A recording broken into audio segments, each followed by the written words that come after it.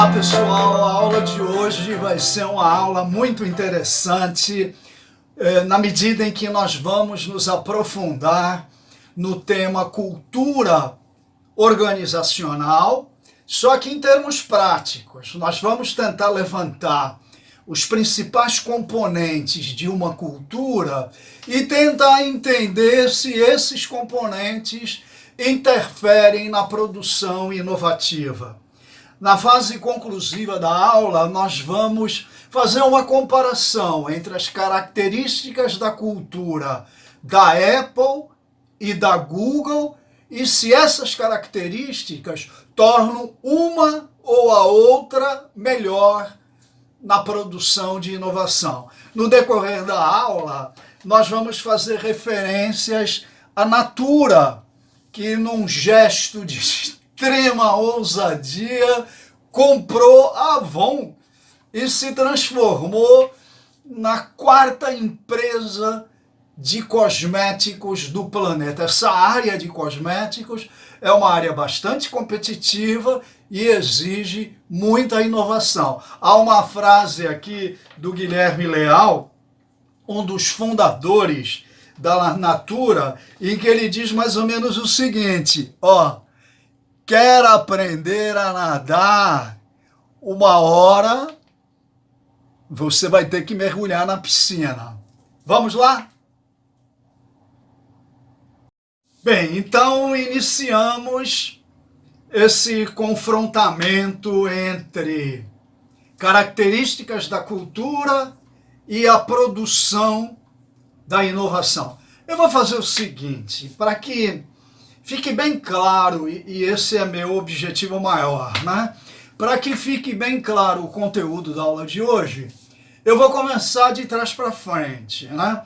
Fica sempre uma dúvida para todos nós, principalmente para todos vocês, fica bem claro qual das duas empresas é a mais inovadora, a Google ou a Apple. Então nós vamos tentar levantar algumas características destas duas empresas que depois vão ser transformadas em elementos da cultura. Algumas características que são notáveis nas duas empresas. Primeiro, o nível de cooperação em relação ao público consumidor, aos seus clientes. A Google tem, na sua estrutura operacional do sistema Android, ela tem o código aberto para facilitar essa interação com terceiros. A Apple já trabalha um código fechado. A Google, em seus projetos inovadores, ela não faz segredo, ela apresenta o conteúdo, as propostas, as mais diversas, desde carros autônomos até um sistema de drones no planeta que vai levar conexão à internet para qualquer lugar do mundo. A Apple já faz de seus projetos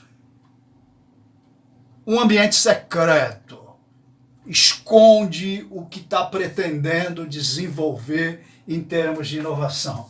A Google é extremamente generosa, na medida que uma boa parte de seus aplicativos são grátis. A Apple ela já trabalha mais restrições nesse particular do uso de aplicativos. O relacionamento da Google com os seus clientes é um relacionamento bom, bem interativo, bem aberto, bem disposto a criar uma interface amigável. A Apple já tem um sistema, lembra muito a Microsoft, a dificuldade que você tem de tentar fazer um contato com a Microsoft. A Apple a mesma coisa, um tratamento mais frio. E a mesma coisa no público interno. A Google, ela procura criar no público interno, procura criar para o público interno um ambiente agradável, pode levar cachorrinho, tem tempo livre, tempo para produção inovadora. a Apple já tem uma administração mais centrada, mais rígida. Bom, desses elementos que a gente apresentou, a gente pode manter a pergunta, qual a mais inovadora? Porque elas são totalmente diferentes nos seus elementos culturais. E quais são os elementos culturais de uma empresa? Primeiro, a estrutura. A Google tem uma estrutura aberta, a Apple tem uma estrutura mais fechada.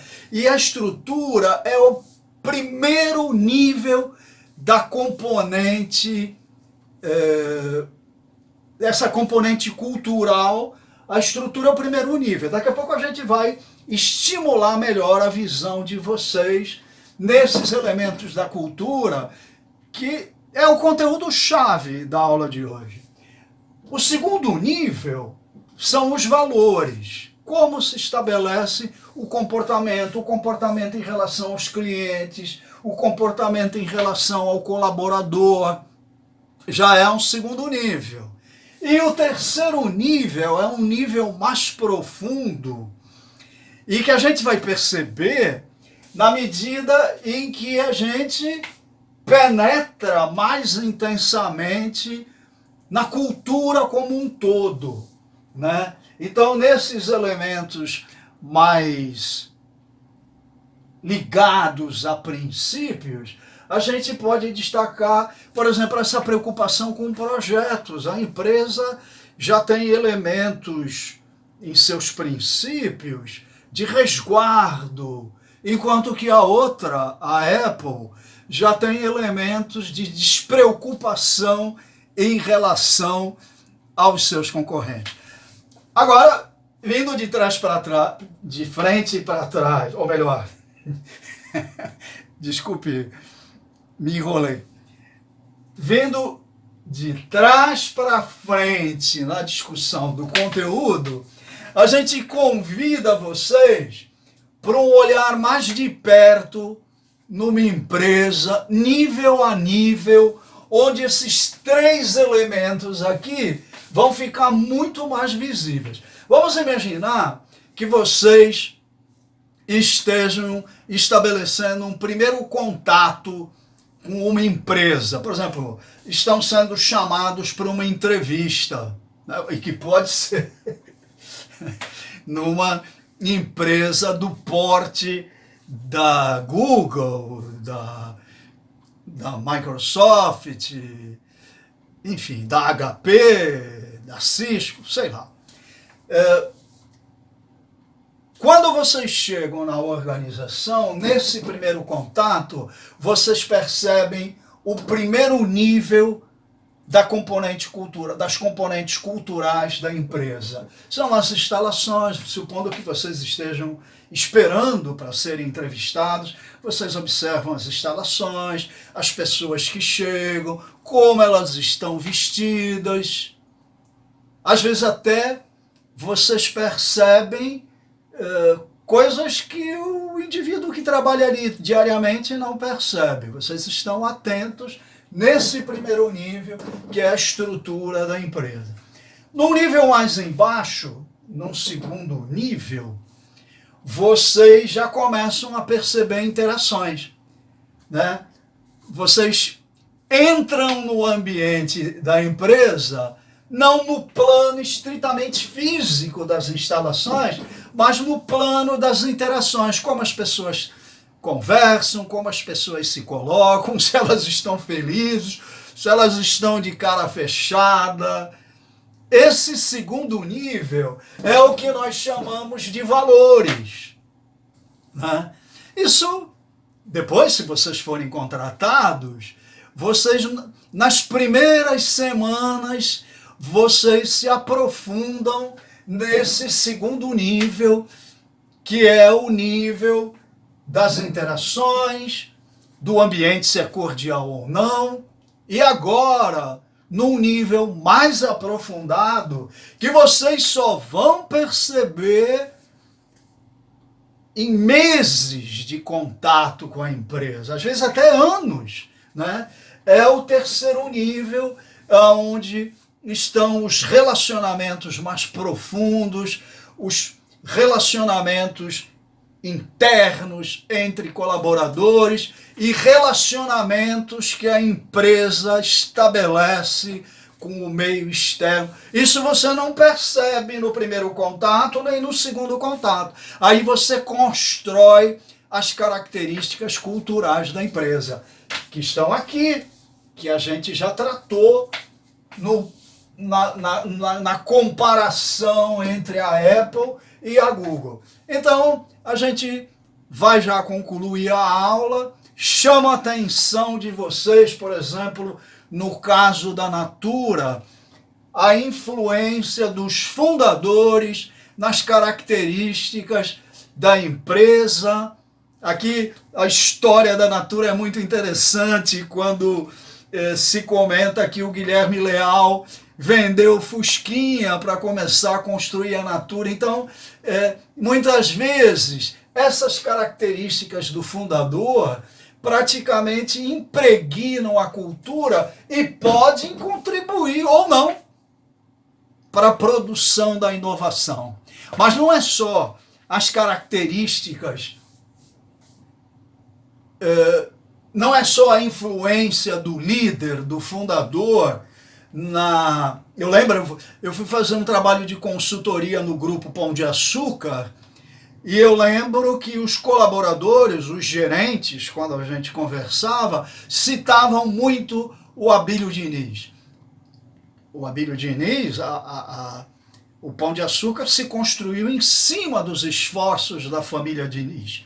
E o Abílio Diniz marcou a sua presença na organização. Então, é o líder, é o fundador que acaba interferindo na cultura. Mas tem outras componentes que eu deixo para vocês pensarem. Por exemplo, se eu me preocupar em medir a produção inovadora com as métricas, com medições, será que isso contribui para estimular a inovação? Se eu tomo uma decisão, por exemplo, de cima para baixo, para que sejam iniciados os esforços e os trabalhos para gerar inovação, será que isso resolve? Essas perguntas vocês podem, quem sabe, resolver na análise do problema. É isso. Conclusão. O nível estrutural, o primeiro nível, o nível de valores, não determina a produção inovadora. Quem determina a produção inovadora é um nível mais profundo, porque embora a Google e a Apple sejam nos dois primeiros níveis bem diferentes, é no nível mais profundo, no nível dos princípios, que elas são muito parecidas. Um forte abraço e sucesso!